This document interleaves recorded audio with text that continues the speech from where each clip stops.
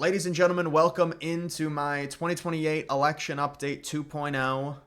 I did the first one about 2.5, 3 months ago. There have certainly been some recent polls that have come out, specifically the Democrat primary, as well as a few out of the Republican. We know the Republican's probably going to be J.D. Vance, but I'll still discuss it. There's some talk right now about Donald Trump, his eligibility. You've got Bannon and others coming out saying Trump's going to run again. Is it possible? And really, where do we sit right now in terms of an actual prediction? Republican, Democrat, and then who I think is going to win. You can see which party will win the 2028 election. Recently, the Democrats have gained a slight advantage. Really, this is completely meaningless. We know it.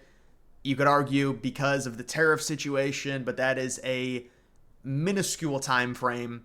And we know, as I've discussed ad nauseum, that Donald Trump is laying an amazing bedrock when it comes to this economy and really changing everything around when it comes to the over-reliance on China, and the tariff situation is still evolving. But right now, Democrats, this is like 50-50. You could argue, based off of what we saw in the 2024 election and the weak Democrat bench, Republicans have a significant advantage. But this is just the recent betting update. Now, we can see the Democratic nominee recently. Gavin Newsom has ticked ahead. I would say this, too, is relatively meaningless. You do have AOC moving up a little bit. Josh Shapiro sitting at 9%, AOC at 8%. You also do have Pete Buttigieg on here, who was leading a poll. I'm going to go over that. But this is what I'll say. I think Gavin Newsom right now is a token leader. He talks well. He has the slimy look of a politician. To me, it's just very unlikely. Gavin Newsom is like, all right, if nobody emerges from the outside, then yeah, they're probably going to have to go with a cookie cutter like Newsom. The problem with Newsom is he's a coastal elite. He's not liked within the United States. There's people in California that hate him. There's a lot that goes against him in terms of his leadership within California. Going back to COVID, the use of funds, the homeless situation spiraling out of control. So with Newsom, he's the headliner. But to me, it's very unlikely he'll be the Democratic nominee. You do have Shapiro. I think Shapiro's weak. I'd be surprised if it were him. He's another token. You've got AOC. AOC may be VP material, but AOC is very obnoxious. She's very young. She's still really left. She's rolling out with Bernie and doing these rallies. I think they're trying to slow roll AOC to be the young socialist Bernie, to where she can get all the young base to come out and vote. And that's probably what, they have her out with Bernie and all these rallies. Bernie, I would imagine at this point is too old. I'm not even sure he's on here. But yeah, so AOC at this point sitting at 8%, maybe VP. I think she's too young and too left to be anywhere close to the actual nominee, and they would not allow that. And by the way, if she is the VP, my guess is they would probably balance it with, it would be someone like Shapiro. It'd be a white dude if they're going to choose AOC. With her personality and how left she is in terms of the U.S. electorate, yeah. Buttigieg, he's he's just a soy, and it's just not going to happen with Buttigieg. He also is very condescending. It seems like his entire political career has been checking off boxes, whether it's military, whether it's Mayor Pete. Now he's running in Michigan randomly. And he just has a slime look to him, and he's got really a slime personality when he talks. It's just if condescending, if there's like just a single picture for condescending, it'd be like Buttigieg. He just comes off slimy, and he's another thing. You got like a height problem with him. With presidents, you got to be taller. You do. You've got to have some height to you. You got to be like 6'1". Kamala Harris, no chance. And she knows it. She's doing the whole thing where she's going to run for governor in California, and because they can't help themselves, they'll vote for her. And she'll win, I'm sure, just because off of name recognition. Gretchen Whitmer, you could argue, she had her little mishap in the White House last week. I don't know what that was. Maybe VP, possibly. She is liked. She's got a decent approval rating in Michigan. Yeah, maybe VP for Whitmer. I don't think they're going to really pick a woman when it comes to the actual nominee. Wes Moore, cookie cutter, Stephen A. You're going to start seeing more and more of these outsiders try and rile up the Democratic Party, and someone like Stephen A can call them out, and that's the whole grift. Oh, I'm a Democrat, but the Democratic Party needs to do things differently, and they got to care about the middle class and all this. It's like Stephen A, Mark Cuban, Jon Stewart, those types. I'm surprised Stewart's not on here. There's Cuban at 2%. Michelle Obama, I think she said she's not running. Cory Booker at 3%. He did the whole grift where he went up and talked for 25 hours on the Senate floor. J.B. Pritzker, I think he ate one of Tim Walz's percentages. That's why he's down, or that's why Bashir's dropped by 1. John Fetterman. Yeah, there's a lot here. There's Jon Stewart. Yeah, Jon Stewart's good value at 1% here. Barack Obama at 1%, huh? Yeah, well, listen. The 22nd Amendment, if they want Obama to run, Trump versus Obama, 2028, it's on the table now. Trump is too old. Hillary, yeah. If I throw something on Hillary, you guys got to give me some type of tip or something. I need a donation to make this money back. $333 on Hillary's 16K return. Bernie Sanders, Liz Cheney, the ultimate switch. Yeah. But I mean, right now, it's hard to say with the Democrats. I don't know. I really don't know. Because I can't see it being Newsom. And then looking at the Republicans, Vance is pretty stable at around 45, 44%. How about Tulsi at 11%? That's interesting. You've got Trump at 10%, his son at 6%. So I'll talk about Trump.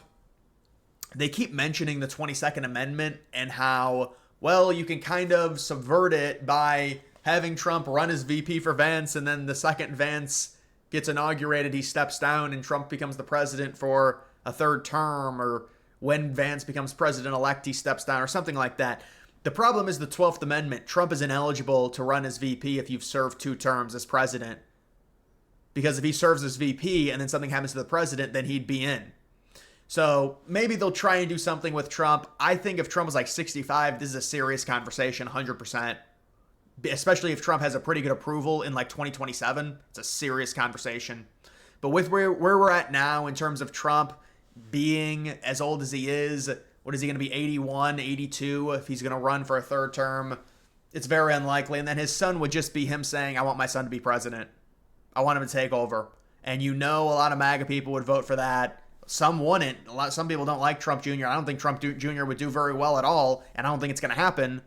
He already said he's not running, but you know how these people say. They say they're not running, they're not running, they're not running. Well, when you say it 3 years before, it's really irrelevant, but I don't think he's going to. To me, that would be kind of a stab in Vance's back unless there's a falling out with Vance. I would imagine it's going to be Vance. Vance is doing a lot of very public... I mean, all VPs have to be public to a degree, but it does seem like Vance is doing a lot more impactful speeches when it comes to the relations with the EU, just in general. It is interesting, though, that Tulsi's in second place. You could get Vance Tulsi ticket. That wouldn't be surprising. Tulsi, for sure, was one of the people that it was reported by. The New York Times came out against strikes on Iran, which is very positive.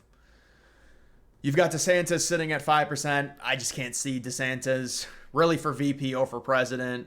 DeSantis did very well in Florida, but at a national level, it's just very unlikely. Youngkin maybe for VP, but still unlikely. Rubio is an option for VP. A lot of people are talking about Vance Rubio, Vance Gabbard, something like that. Vivek, you know, that tweet with the H-1Bs and whatever that was with the culture, American culture, it ruined it for him. So he's very likely going to be the next governor of Ohio, though. Have you seen the polls on that? At least the primary polls with Trump's endorsement. Nikki Haley, it's impossible. Sarah Huckabee Sanders, it's not happening. Brian Kemp, it's not happening. Byron Donalds, maybe an outside shot at a VP. Elise Stefanik, not happening. Josh Hawley, outside shot at a VP. RFK, VP. We'll see how RFK does within this administration.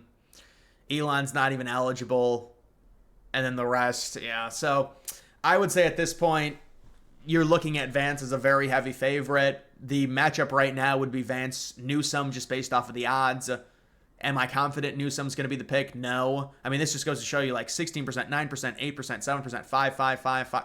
It's so split up within the Democrats right now, and it's going to continue to be that way. It'll continue to be that way until after the midterms. And then taking a look at the primary polling average, we'll look at the Democrats and then the Republicans.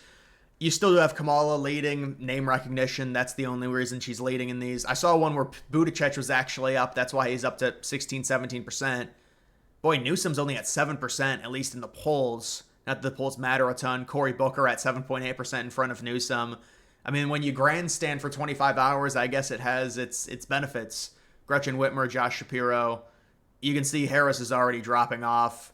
The recent poll from Atlas had Buttigieg 4 points in front of Kamala, AOC at 16%, Booker at 9%, Newsom at 7%. A lot of this is based off of recent action. Although, I don't know, Buttigieg, I don't think it's done much. But that is a good poll for Buttigieg. It's really meaningless, though, 3 years out. Data for Progress, Buttigieg at 14%. I mean, there's some positive polls here for Buttigieg.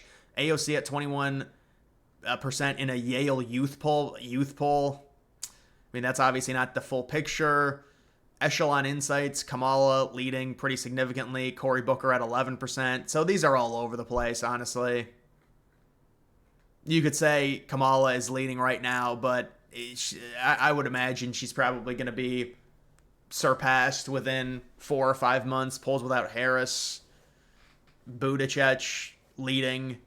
Cory Booker in second. These are all so early. And then the GOP, I would imagine it's just going to be heavily Vance. Vance, 44%. Don Jr. at 18.5%.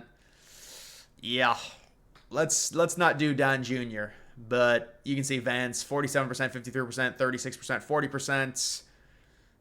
And he's polling very, very well at this point. So Vance is a heavy favorite still for the Republicans. Whether or not Trump tries to run again, he teases it, he entertains it. People say he's trolling. Some people say, oh, he's serious. I tend to think he's kind of serious. It really depends on the situation in 2027. But the one thing that is not changing is how old Trump is getting. And that's something that's a serious roadblock in terms of him trying to run again. And then the other roadblock is the Constitution. And this is just the reality of it. Now, maybe there is some legal precedent you can try and argue that can get around both the 12th and the 22nd Amendment. But the problem is if they try and run him as VP, which is a workaround of the 22nd Amendment, he would be ineligible to do that under the 12th Amendment. So that's the problem with trying to run Trump again. Because if Trump has an approval rating of like +7 or 8 and he's looking really good, and you've got that incumbent advantage, I know they say it doesn't exist anymore with some of these elections around the world, but if the president does a good job, there is an advantage, 100%. Whether Vance runs or Trump runs, if the administration has a good approval rating and the wars end and inflation continues to be as low as it is and you get the domestic production, because I think the economy will really turn around within the next year or year and a half based off of all the indicators I've seen, or at least it'll be in a much better spot before the midterms, hopefully. Would Trump be tempted to run again? I mean, it's the age is the issue. The age is the real problem. But right now, you're looking at Vance as a pretty heavy favorite for the Republicans, and that's just based on him being picked by Trump, so he's already got Trump's de facto endorsement. Now he doesn't have his endorsement for 2028. And I do remember, I think it was Hannity 2 or 3 months ago in a Fox interview asked Trump, do you support Vance for 2028? And Trump said no. But then Trump kind of sidestepped it and said, well, it's too early. But I was surprised he staunchly said no. But maybe I'm reading too much into it. And then the Democrats are a mess. Right now it's Newsom. He's the most, based on previous presidential, he's just the most presidential you would think out of all of these people in terms of career trajectory, everything like that. But they need someone to come out of left field. The Democrats do, I feel. These are not strong candidates. AOC, there's just no way. Again, maybe for VP, but even that, I think it's unlikely. So I guess we'll see. But either way, guys, make sure you like this video down below. That is going to do it for this one. And follow me on X. Link to that's always in the description.